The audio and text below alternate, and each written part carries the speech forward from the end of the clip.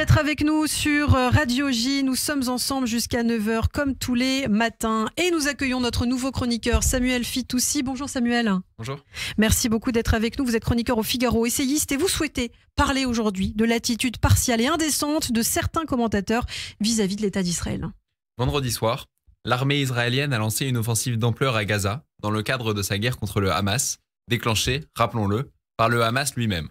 Suffisant pour que l'extrême gauche française, sans rien savoir de la situation sur place, des modalités de l'offensive et des précautions prises pour minimiser les dommages collatéraux, parle de crimes de guerre, de massacres de masse, voire d'épuration ethnique des Palestiniens. Le schéma est le même depuis le début de la guerre. Certains semblent prendre pour une évidence qu'Israël est un État voyou, maléfique, assoiffé de sang, et interprètent l'information qui leur parvient à la lumière de ce présupposé, voire manipulent l'information pour qu'elle confirme la culpabilité de l'État juif. C'est pour cela que le 7 octobre, certains condamnaient la riposte israélienne avant même qu'elle ait lieu. Il ne faisait aucun doute pour eux qu'elle serait inhumaine et monstrueuse. C'est pour cela que certains parlent de bombardements indiscriminés, insinuant qu'Israël tue des civils palestiniens pour le plaisir de tuer des Palestiniens, alors que rien, absolument rien, n'indique qu'Israël frappe là où le Hamas ne se trouve pas. C'est pour cela que certains ont immédiatement attribué le bombardement de l'hôpital à Israël. Enfin, ils la tenaient, la confirmation du vice de l'État juif. Ils avaient tellement besoin que ce soit vrai qu'ils ont préféré croire des terroristes génocidaires plutôt qu'une démocratie qui niait les faits. Et c'est pour cela que ces mêmes gens, qui pourtant prétendent combattre les fake news, relayent tous les bilans humains publiés par le Hamas. La vérité des chiffres n'a aucune importance du moment qu'ils alimentent le bon récit. Israël est très méchant. Alors, on comprend justement que vous n'êtes pas d'accord, Samuel, avec ce récit. Ce récit n'est pas seulement faux, il correspond à l'inverse de la réalité. On a appris la semaine dernière que le QG du Hamas se situe sous le plus grand hôpital de Gaza. Plus largement, on sait que le Hamas interdit aux Gazaouis d'évacuer leurs habitations et utilise sa population en bouclier humain. Une question donc. À quoi serviraient des boucliers humains face à une armée sans égard pour les vies civiles? Quel intérêt y aurait-il à placer son QG sous un hôpital si l'ennemi était un État sans foi ni loi qui effectuait des bombardements indiscriminés? Plus largement, certains ne semblent pas comprendre ce qu'est Israël.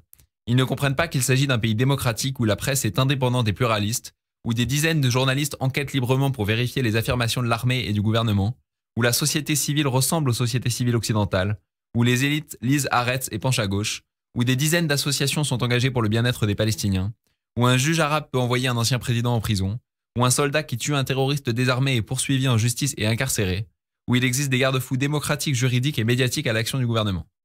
Aujourd'hui, ce n'est pas l'esprit de vengeance qui anime Israël, mais l'aspiration légitime à la sécurité. Le pays ne peut accepter de laisser survivre à sa frontière un groupe terroriste armé jusqu'aux dents qui promet, dès qu'il en aura l'occasion, d'effectuer des incursions en Israël pour y commettre des pogroms, violer des femmes, torturer des enfants et brûler vives des familles entières. Alors certains parlent d'un double standard en faveur d'Israël. Vous affirmez, vous, qu'il existe plutôt un double standard, mais dans l'autre sens. Alors que l'inquiétude légitime pour les victimes collatérales palestiniennes est sur toutes les lèvres, certains n'ont pas un mot pour le drame humanitaire en cours en Israël.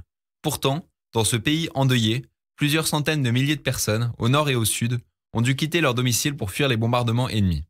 D'ailleurs, alors que les institutions gangrénées par la pensée intersectionnelle, de l'ONU à LFI en passant par Amnesty International, ne trouvent pas de mots suffisamment forts pour condamner Israël, tout ce beau monde semble trouver normal que le Hamas continue à envoyer des centaines de roquettes tous les jours sur l'État juif, que le Hezbollah fasse la même chose depuis le Liban, et que le Yémen, à plusieurs centaines de kilomètres, y aille de ses missiles. Eux, pour le coup, visent des civils. On recense déjà plusieurs morts au nord et un hôpital touché à Ashkelon, ce qui n'émeut pas grand monde. Enfin, certains n'ont pas une pensée pour les 230 otages israéliens, arrachés à leurs familles et détenus dans des conditions atroces. Alors que l'on ne cesse d'appeler Israël à davantage de mesures, pourquoi ne pas appeler le Hamas à libérer les otages? Alors que l'on ne cesse d'appeler Israël à cesser le feu, pourquoi ne pas appeler le Hamas à présenter sa reddition? Il faut d'ailleurs rappeler une évidence qui permet de mieux distinguer le bien et le mal dans ce conflit, beaucoup plus manichéen qu'on ne le dit.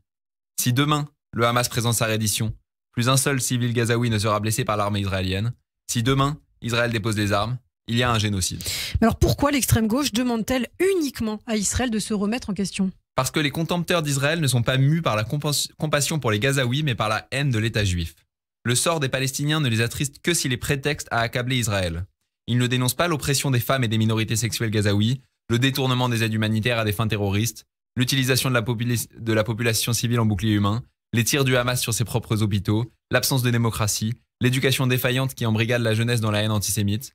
Pourtant, s'ils étaient animés par un souci humaniste, ils comprendraient que le Hamas est l'ennemi des Palestiniens, que son projet génocidaire est un obstacle à la paix et que l'armée israélienne mène actuellement un combat qui nous rapproche d'une solution à 2 États. À la fin de la Seconde Guerre mondiale, les Alliés ont fait la paix avec les Allemands, pas avec les nazis. De même, Israël peut et doit faire la paix avec les Palestiniens, pas avec le Hamas. Merci beaucoup Samuel Fitoussi, merci d'avoir été avec nous ce matin sur Radio J pour cette première chronique et le titre de votre dernier livre, d'ailleurs que vous avez reçu pour cela il y a quelques semaines, c'est Woke Fiction, comment l'idéologie change nos films et nos séries. On reviendra d'ailleurs sur l'idéologie woke avec vous au cours de ces prochaines semaines. Merci beaucoup Samuel et à très bientôt. Radio J.